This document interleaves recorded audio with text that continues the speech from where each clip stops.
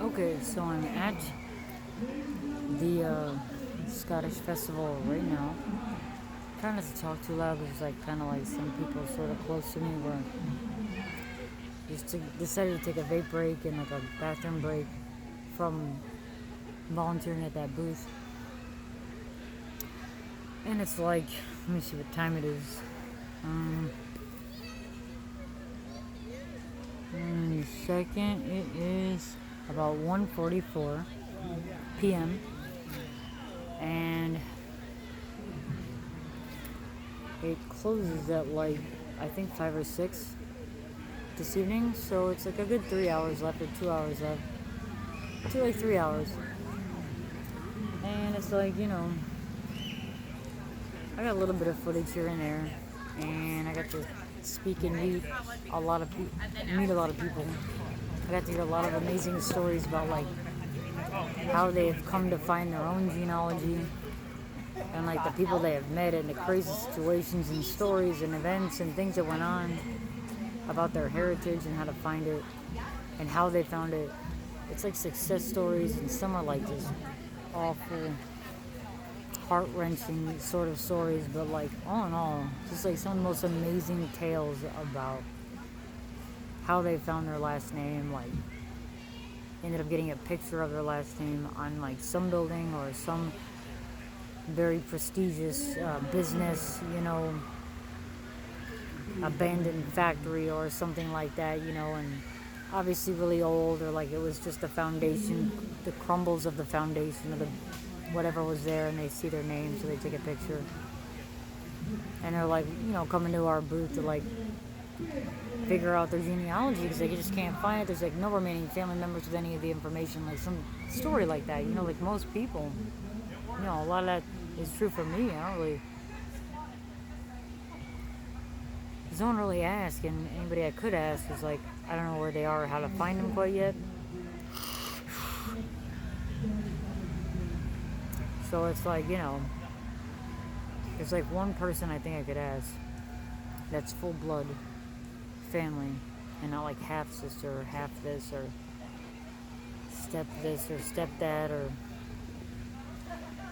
an in-law or something, like actual blood family. There's only one that I know of, and I don't know how to reach them. And then from then it's like me. I guess I would be the next quote-unquote adult in the line to be found, and it's like my duty, I guess it feels, but like it's more my heart, I just care. So I don't know, I'll have to just try to figure something out or just be patient, I guess. But like that's how a lot of people's stories go, is like they have the same story as I do. So I'm like, dang man, a lot of people are like going through the same troubles. So it's really cool to like help people out with like whatever the heck we got at this day and age, at this point in time, with like giving them the hope that like, obviously this whole system is going to get better, and it gets better, and it's like new documents are getting found, and new documents are getting actually put into a system of database that they can go to and search, and maybe available like in 5 months from now. For Christ's sake, it changes so often and updates, and the whole structure of organization, like how we do things, and like the algorithms and how we base their encryption or their program, whatever it's called, our database. It's basically like a library online, and a lot of it has to do with like accountability, and the fact that it's like, how long have we been really accounting for these things officially? Heritage is like not as long as people may think, with what tools, what's lasted, what hasn't lasted, what exists somewhere, but it's like so many different avenues and paths and routes and locations that it's simply going to take time to really put all those things together to compose, some sort of, perfect database, some, absolute hub for genealogy and family history, and one-stop chop shop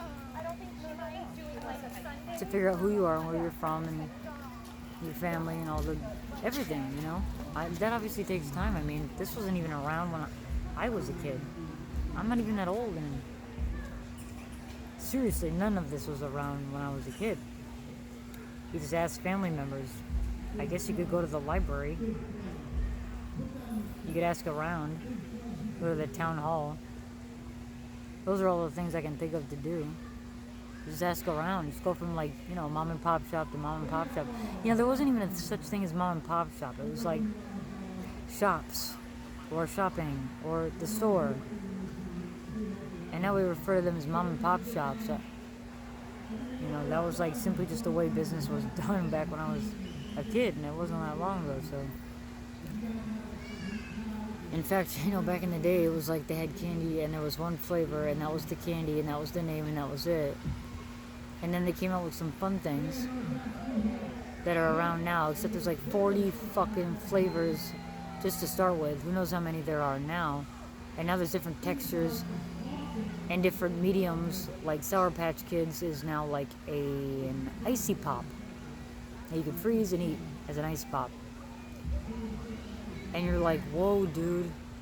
I remember when that first came out. That wasn't like the biggest, coolest, the closest thing to a sour anything was like a fireball.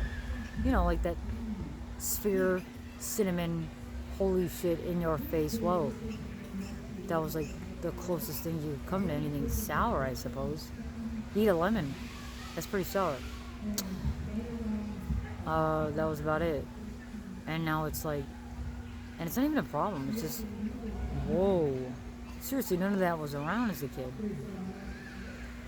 So we try to instill the hope that, like, if these people are seriously wanting to find their family, their genealogy, and they couldn't find it last year, and they couldn't find it 5 months ago, and they couldn't find it last week, and damn it, they checked, 10 years ago, but geez, it was just the most horrible search ever. They found nothing. It's like, keep in mind that this takes time for our technology and our ability and, like, the manpower and the ability to, like, do everything correctly without error.